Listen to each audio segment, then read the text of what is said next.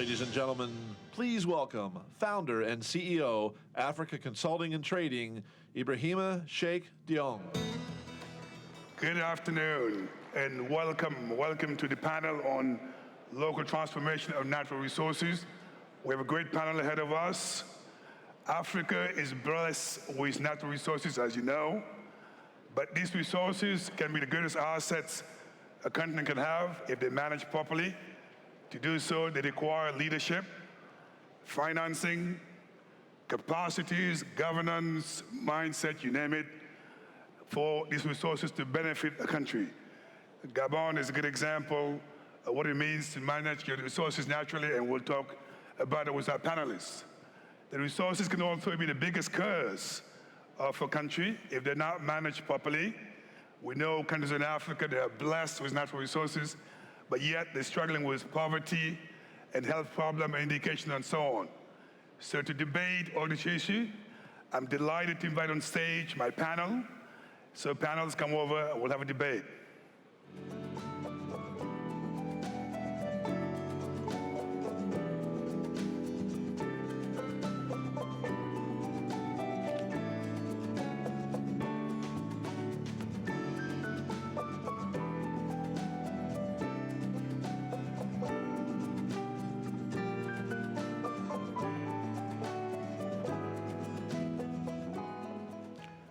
Let me start with the representative from this country, from Gabon, Mr. Fabrice.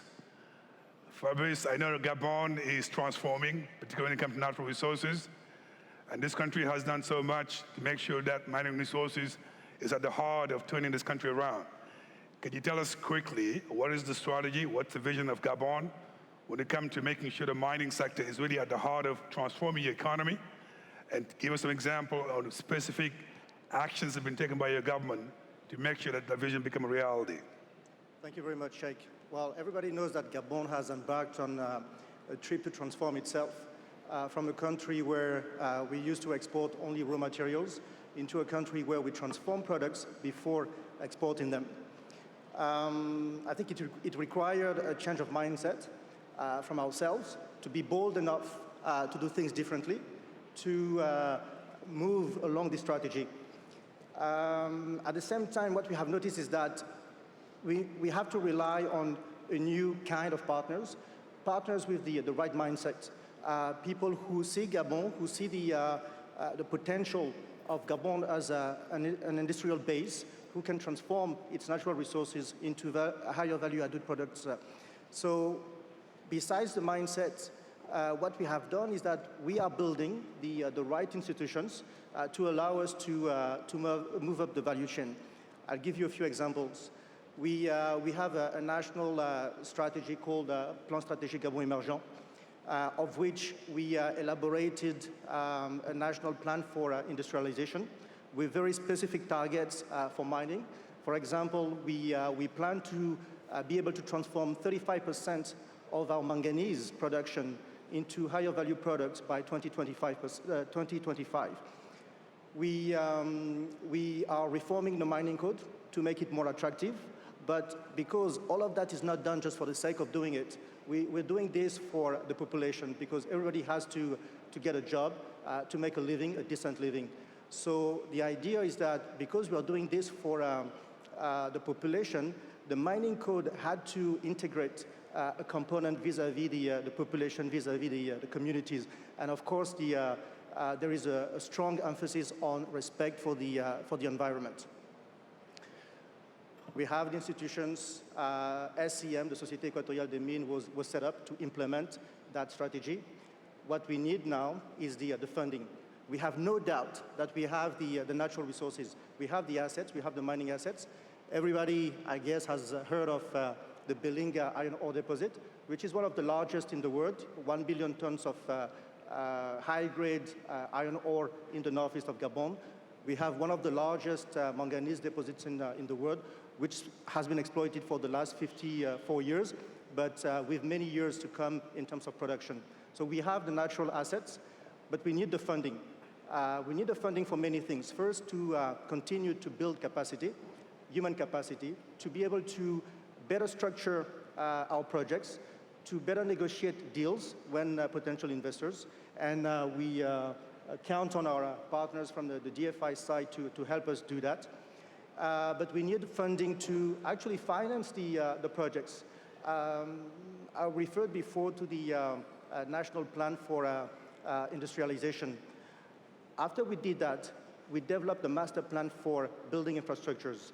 The total amount of infrastructures that we need to build in Gabon over the next few years amounts to $21 billion, which is a huge amount for any country in the world. Of course, we're not going to be able to finance that alone. We will need funding from partners, equity investors, but a mix of debt from the DFIs, debt from commercial banks. Fabrice, let me push you a little bit, because the whole purpose of this panel was discussing whether it's possible to have 100% local transformation of mining resources in the country. And that involves exploration, production, and a refinery. Is that possible at this stage in Gabon, or you have a long way to go? No, we are doing this now. Comilog is our partner in the exploitation of the manganese permit that I told you about before. After many years of discussions, negotiations, Comilog agreed that they could transform locally some of the production. Until now, Comilog was transforming its manganese production overseas. They have agreed to repatriate a portion of that production into Gabon. And I'm very pleased to tell everyone that the Mwanda metallurgical complex is going to start producing silicomanganese and manganese metal in September this year. Excellent. Mike, thank you. You bring in, obviously, a global perspective. You've heard what Fabrice has to say in Gabon. Wearing your global heart, give us your perspective, what you see as the main challenges in the local transformation of mining sectors, and what are the opportunities, and what needs to be done for that to happen? Yes, well, it's actually a global phenomenon that every country that's producing has an aspiration of being able to capture some form of additional value. I guess there's a few global phenomena that have been happening recently that can actually undermine that. The first of those is that we've now seen the global production of minerals move into a phase where they are very much more rationing of capital, and therefore the availability of capital to actually create new downstream production capacity is probably the lowest it's been for about 15 years. Right. And because of that, it's just not a very good time to actually be contemplating that, and particularly when you have got to add where that production might actually be, so the cost of capital increases as you put it into a region which carries higher political risk, higher technical risk, and so forth attached to that. Also, you see that the sector has changed in terms of the global supply chain, where the value has moved actually from the downstream more to the upstream. You look at any steelmaker around the world, most of them are making losses. The iron ore producers are making the money. If you look at aluminium or aluminum, if you prefer, those that are doing the smelting, almost every smelter in the world is making a loss, whereas the bauxite producers around the world are the ones who are capturing the value. So I think it's become a little bit of a difference over the period of the super cycle, that in fact the value has shifted from the downstream activities to the upstream activities. And then when you talk about what policies might be in place to do that, probably the most extreme that we've seen in recent times has been recently deployed in Indonesia, where they've put in export taxes essentially to mandate downstream beneficiation, particularly around smelting and refining. And it depends on what commodity you're actually talking about, but you better be sure that you actually have a very large proportion of the world's production, because the world will just move somewhere else to get that production if you want to go through mandated beneficiation. Ultimately, I think as a part of government policy, downstream processing does have a role to play, but ultimately it has to be considered in the context of what are the policy objectives we're really trying to get here. And generally they go into about 6 different areas where there are policy objectives. The first one, which is not surprising, is maximising the amount of rent, economic rent, that can be achieved from looking at this. The second one is to attract new capital and new investment into the country. The third one is to attract infrastructure and projects that will attract infrastructure that has benefits not only to the sector that's initially justifying it, but for other sectors as well. Providing employment is often one we hear quite consistently around the world, particularly when it comes to downstream processing. Developing skills in our population, so moving to more high-end jobs, and also the generating of intellectual property.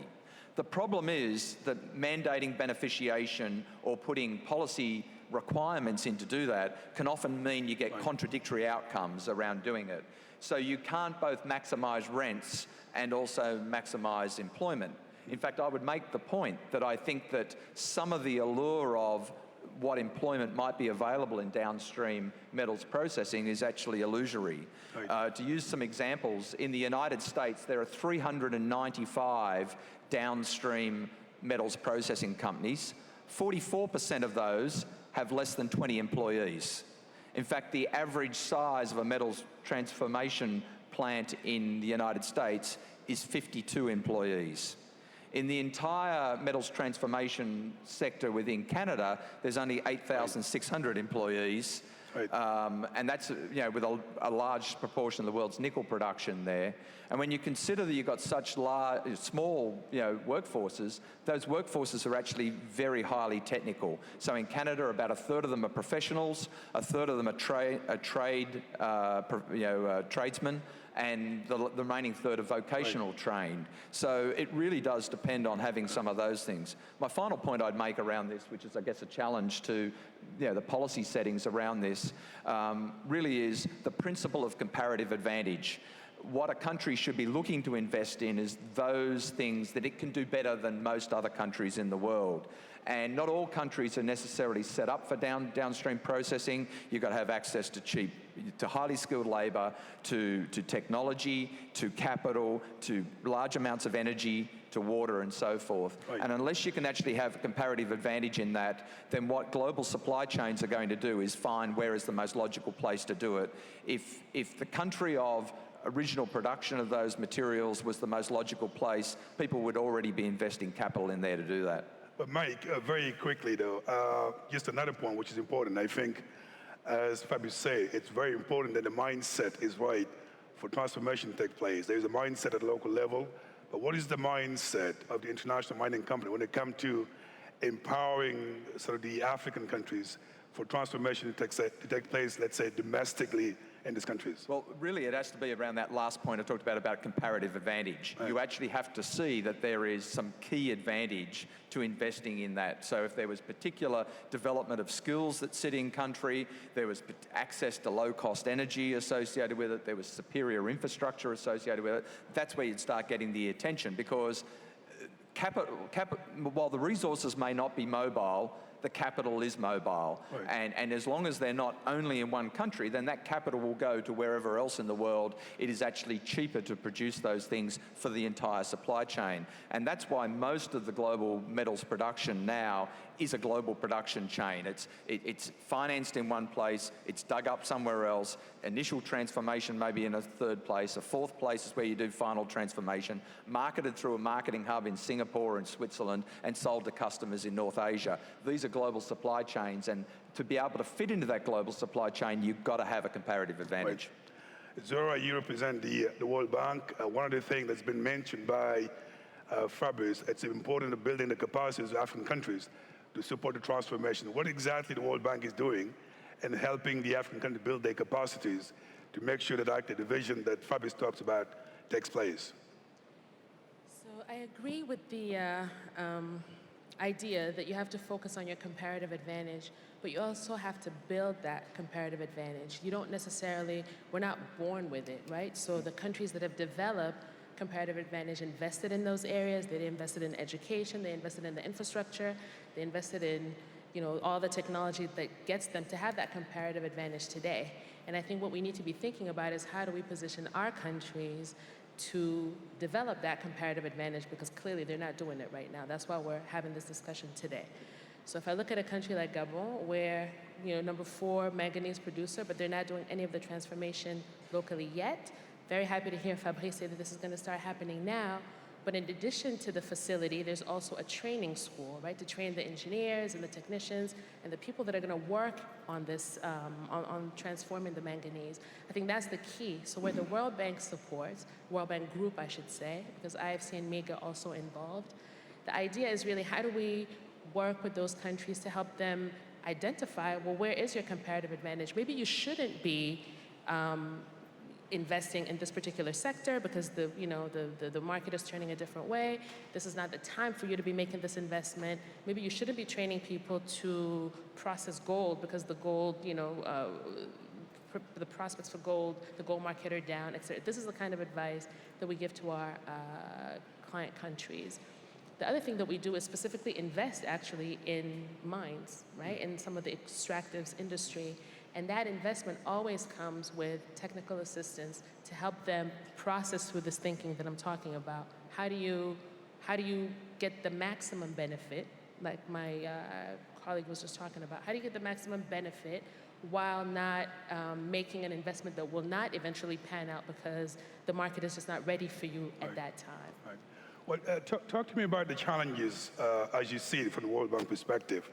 I mean, you work in different countries, you deal with mining issues in many African countries. What do you see as the challenges in making sure the local transformation actually takes place from the World Bank perspective? I mean, obviously the challenges are the ones that we've been talking about for the past 2 days, right? The challenge of infrastructure. If we dig out the mineral, do we have a road? Do we have, people that are trained to work in the processing facility? Do we have the right energy costed structure so that industrial transformation can actually take place? This is all the basic infrastructure we've been talking about for the past couple of days. So you need power, you need roads, you need light, you need a trained workforce. That's what's going to attract capital to invest in this transformation, right? So that you can not only dig the mineral out and sell it, but process it and make, get some extra value. So from the World Bank's perspective, the keys are the same as for everything else we've been talking about. If you don't have people who are trained in the area, it's not going to work. If you don't have the right cost structure for transformation, it's not going to work.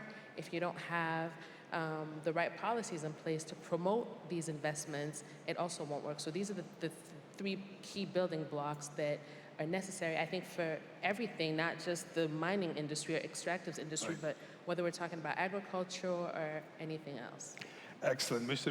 ESSOKA, you represent Standard Chartered. You bring in a perspective of a commercial and investment banker, looking at the financing needs of the sector, as Fabrice talked about. Give us your perspective as a banker. How do you see the local transformation take place, particularly when it comes to the mindset of the bankers in dealing with local transformation? What's your take? Well, first of all, thank you very much. I must say Fabrice excites me, and that's why I'm here. Because from a banking perspective, one of the few things we look at, this space is not for adventurers. We believe you must have a strategic engagement to succeed. You do not need to speculate, and you don't need to dream. So, in having conversations with those who've succeeded in this space, because Standard Chartered has been involved in this for a long time, we look for a few things. And some of the strategic conversations we've had include issues of job creation up the value chain that usually comes across the policymakers in all the countries, and usually have the right conversations and the right partners with all the stakeholders. Export earnings. They're looking for an increase in FX reserves. It's one of the variables that I've looked at, and those tend to work if things are done properly. You want to build a situation where you add in value in the processing of the resources and building technical skills that would ensure sustainability.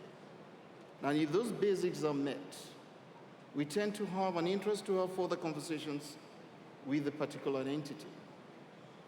The next phase we look for is if there is a comprehensive ecosystem. And what do I mean? I'm talking about a skilled labor force with the right technical skills to sustain activity over time. We are looking at the viability of the mines. We have conversations to establish the viability of the mines that gives us an indication of whether they're going to be sustainable operations or not. Government sponsorship, land concessions, tax concessions, policies around issues of nationalization. We've seen the confusion this caused in one of our countries. And this has been absolutely difficult to deal with the various stakeholders. So clarity in those areas tend to inspire confidence in the operators in the financial services sectors. Labor legislation in general, beyond labor legislation to the mining codes themselves. The importance of socializing these with a broad spectrum of stakeholders ensures a buy-in and a willing association to the cause. And finally, environmental concerns. Those must be addressed. Right. When those are addressed to a satisfaction, then it's time to play. Right. And when we come to play, we talk of structures. And in structuring these transactions, we want to ensure there is an enabling infrastructure beyond power to railways. And railways is not just the railway lines, but rolling stock. Beyond rolling stock, we're looking for ports to ensure that you can effectively export whatever you produce to get your end game. Would like to have comfort that you have some off-taker contracts to ensure the self-liquidation of these facilities. Beyond that, there is, and we mentioned earlier, the cost of capital. This is a capital-intensive sector, and the funds required are generally long-term in nature. And let it made abundantly clear that no commercial bank has the ability to embrace the risk-weighted assets and the capital that is required to carry those risk-weighted assets in their balance sheets without seeking for other partners. So beyond debt, you need equity. Beyond equity, you need bond issues around bonds. Right. If those are put in place, you have an enabling environment to play. Fabrice has done very well. I do not need to repeat the experience in Gabon, but I'll tell you one other country that did well, Botswana. It's a recent example where we've been involved in Botswana, and it was a partnership that in some markets in Africa is considered unorthodox, but in Botswana it was a real PPP with a diamond experience. Beyond just dealing with the roughs, you have an opportunity to process the roughs, and in so doing, we got DEP Botswana, De Beers, other operators, and naturally a moment of publicity, Standard Chartered involved in this transaction to make Botswana do what they've done today. Excellent. All right, Mr. NOOKE, you are the German Chancellor's G8 personal representative for Africa. When you look at the mining sector in Africa, looking at a topic at stake here, what do you see as the challenges for transformation? And what exactly Germany actually is offering in terms of building the capacities of the African government to take charge? Yeah. I think Germany has an interest in resources that will be extracted. So we are a very strong export-oriented economy in Germany. Together with China, we are the biggest exporter of machineries, of products. And so we are a good partner for both sides, for companies and for governments. We are interested in using the natural resources in African countries and elsewhere. So that's a good opportunity to maybe to be an honest broker, to have a good program for those who are interested in fair deals, maybe also to get better deals, sustainable deals with more predictability and accountability on both sides. Germany has a program, we called it the Global Extractive Resource Initiative, where we can deliver capacity building. You know maybe that Germany is one of the oldest mining nations. We're running some open cast lignite mines in Germany, and Kali and Salt. But there are not big players outside abroad The German company sold their mining branches already in the 1980s, and that means we are maybe much more an honest broker for this very sophisticated or delicate business. And there's no hidden agenda. We want to use the resources, but we also want that the cost cover all the environmental and social costs and included all the standards we need. And I have visited a lot of African countries and mining sites, and I have spoken to a lot of the mining ministers, and everywhere I noticed this German reliability and also our independence, so that we can offer maybe a little bit more than others with big mining companies and their own interests in behind. That's one issue, and we are also interested in prosperous economies. Because of, I mentioned the export-oriented economy, we want to deliver machineries, tools for mining. That's also a big business for the German industry. And in the beginning of the process, we are speaking about strategies. All what you mentioned, added value, processing, the value chain. So in the beginning, I think the business has to start with a strategy. And the strategy means it must be long-lasting, sustainable. You need a good overview to prepare the tenders for exploration and extraction of raw materials. And small consultancies in Germany, placed near to our old mining academies and universities, can deliver those tools, e-mapping, all what you need to run the business, to monitor the mining sites from a ministry or a national service, geological service. So I think Germany is a good partner in this business at all. Excellent. Well, you mentioned to me when we spoke earlier that Germany is about to launch some specific program dedicated to Africa for building capacities, whether it's negotiation or other capacity building. Can you just talk to us briefly about what those initiatives are? I think one of the things we can deliver is also to find a realistic approach and to deal with expectations on all sides. You also have a big involvement from the civil society, from NGOs. So and many of the governments are thinking there is a deposit with $50 billion under the surface, but you have to find a company and someone who is able to extract this economically and to use these resources.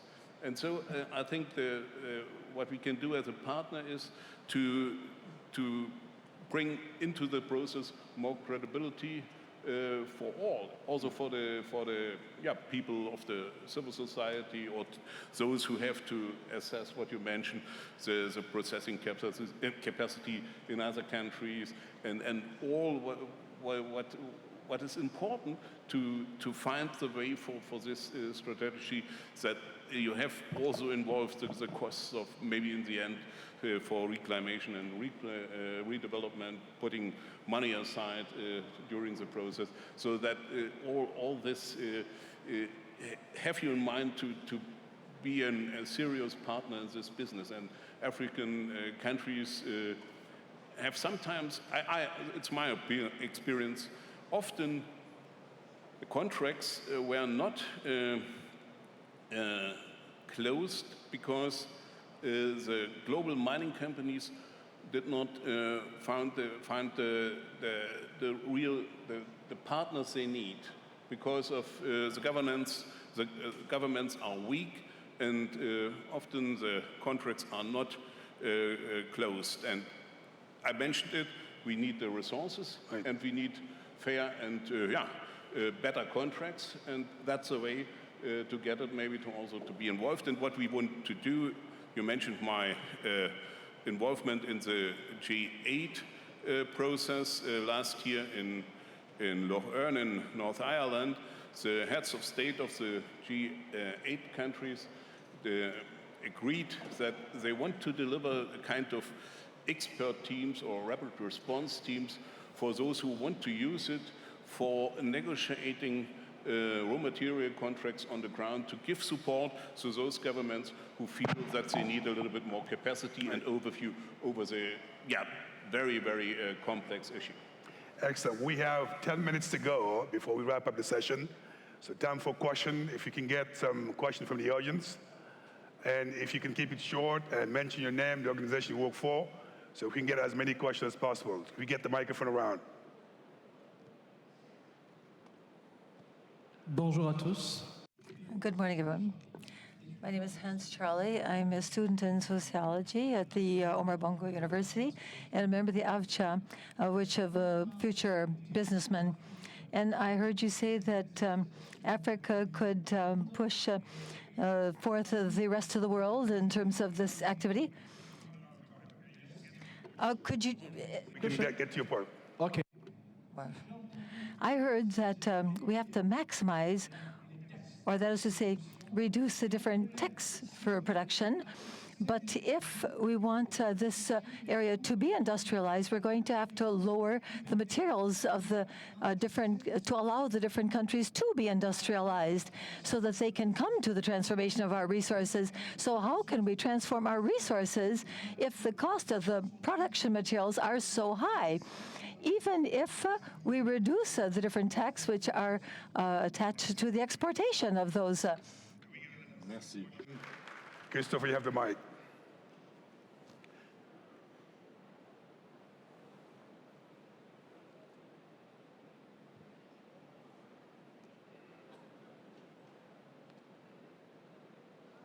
Christopher Marks, very quickly. There seems to be a bit of a tension on the panel. ELLIOTT presented a very sober vision right now in terms of the cycle, in terms of the profitability of the transformative industries. Fabrice clearly is at a point where he's got a vision. He wants to make use of these sectors to develop, employ people. What's the outcome of this tension? All right, so you get one more question, and then we'll get the panel to respond to the questions from the audience. One on the side here. Go ahead. Okay. Merci. Thank you, Adila, from the Department of Sociology at the Omar Bongo University. The theme of this present discussion, transformation of the natural resources, in order to give value-added. This, of course, is an ambitious project. It's urgent and very important, but it implies a training of human resources in this area of expertise. And so, Mr. BEKALE, could you tell us if in your policies, for transforming those resources, are you taking into consideration the idea of training people, or are we still talking about long-term visions? Can you start with the first question about the cost of material being too expensive to be competitive in Africa? I'm going to start with the last question. Get the mic close to you. Sorry. I'm going to start with the last question. We're not talking about projects of training people. We have started. We signed an agreement with Comilog last year to build a mining school for postgraduate students in Mwanda. Why? Because we cannot grow the mining sector in Gabon if we don't have trained geologists, trained mining engineers, trained metallurgists. And it's not a selfish decision by Comilog because they need the people, but we told them that Gabon also needs trained people. Okay, so we have started. Everybody knows that we signed an agreement with OCP from Morocco a few months ago. OCP is the largest producer of phosphates in the world. We decided to set up a partnership whereby they would bring the phosphates to Gabon. We would bring the ammoniac to set up a fertilizer plant. It's going to take a few years to build the plant, but what are we talking about now? We're talking about training the people so that when in 3 years' time, The plant is ready to start producing. The people have been trained. So when we talk about education, it's not on paper. We are actually working on education projects with the mining operators. But I just wanted to answer Christopher's question about the tension between Mike and myself. And we clearly have a different vision. Today, we are in the cycle, okay? And cycles go up, down. Today, maybe there is a bit of scarcity of capital to fund projects. It's not going to last forever. In a few years, capital will become abundant again, okay? But in order to be ready to take advantage of abundant capitals in the future, we have to start the projects today, right? Nowhere in the draft mining code I referred to before is there a provision saying that mining companies must transform. It's a collaborative process. We are trying to convince them by giving the arguments. If you look at Comilog in Rwanda, the state had to fund the construction of a new dam of 170 megawatts, right? Because it was the constraint. It was the requirement for them to build the plant. So we did our part. There is no constraint, there is no obligation. Gabon will still continue to produce some ore, but we want to go up the value chain by transforming our materials. And it has to start somewhere. We are starting now. Mike, I'm not asking to fight against Fabrice on stage, but how do you address the tension that has been talked about by Christopher? Yeah, look, I think that we're actually not that far apart. That in reality, and a number of us have mentioned about this comparative advantage, part of the training plans, the power plans and so forth is trying to create a comparative advantage. But I guess my point is very much around the purpose of this has got to be around some clear policy objectives. And it's entirely up to any particular country to work out which of those policy objectives it puts most store in. But there are conflicts in there. And so taking the rents that one receives from royalties and taxes within this sector and directing it towards encouraging employment, I just question, is this necessarily what provides the greatest economic value add to all countries? Right. One, because of the cycles we talk about, and Fabrice, you're absolutely right, we're at the wrong part of the cycle to be making those decisions now. But in reality, we have seen a structural shift between metals processing, and my mandate as the global mining and metals sector leader at EY is very much from steel making, and refining and smelting back to the original production. And all the metals producers want to go into the upstream business. They want to exit the downstream. Right. And it's interesting at times we see countries saying, well, we should be giving more value on the upstream, and it's just not there at the moment. And so I think getting timing right, but still focusing on building competitive advantage is the most important part there. We got 2 minutes to go. Probably not a lot of time to take more questions. Starting with Mr. ESSOKA, if you look at local transformation, if you can give us one word that's actually the key word for transformation, what would it be from your perspective? I think the key word, there's a question that I was never responded to on the cost. I believe this will come in support of Fabrice. That's why you have partners, and this Fabrice, you talk of partners who would enable you structure facilities that enable you effectively fund what you need to succeed in this space. Now, to wrap up my comments on this, there are two things. You cannot talk of mobilizing resources for transformation and at the same time forget to have an equilibrium from a regulatory point of view between financial stabilization of financial institutions and the capital now required by regulators, not balanced with that need for resources to transform mineral resources in the continent. Regulators, and I believe all of them around the world, and particularly in Africa, must be absolutely engaged in these conversations and negotiate with advantage. All right, I go back to one word. Maybe the one word for you is regulatory. What's your one word, Zouerra, when it comes to transformation? One word. I think the one word is maybe too short, but just to say that the key is to be ready to take the risk to do it. Building the comparative advantage is the point, right? You don't know, I mean, the cycles are not predictable. We can look at the past and say it's not a good time maybe now to make this particular investment, but if we don't make the investment, then, like Fabrice said, they're not going to be ready to move into the opportunity when it actually happens. So I think building capacity is never going to be a bad thing. Building infrastructure is never going to be a bad thing. Having the sense of wanting to get more value out of the extraction is never going to be a bad thing. And so I think it's about what the government really wants to do and what policies they're trying, what's the vision, what do they want to accomplish? And I think here in Gabon, at least for me, it seems pretty clear where the government wants to go. So, you know, whatever we can do to help move that process along is what we'll do. And some of the advice might not be what they want to hear, but we will always, you know, be here to share best practices and what the bank has done in other places and help them move things forward. Excellent. Fabrice, what would be your one word? So in one word, Gabon is transforming and there is no turning back.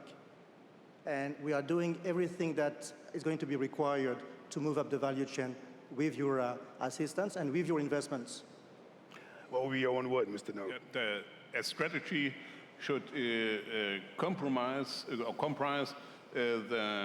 a sustainable and long-lasting approach from the beginning on.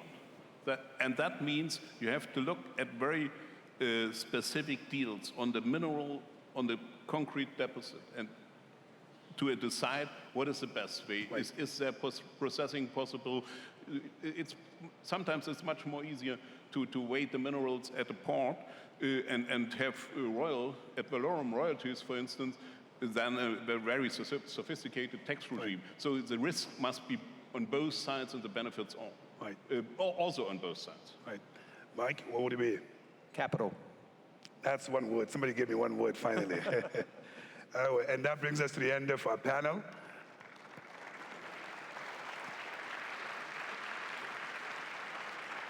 I think it is clear that the key takeaway from this panel is that for local transformation to happen, it takes a number of things to take place.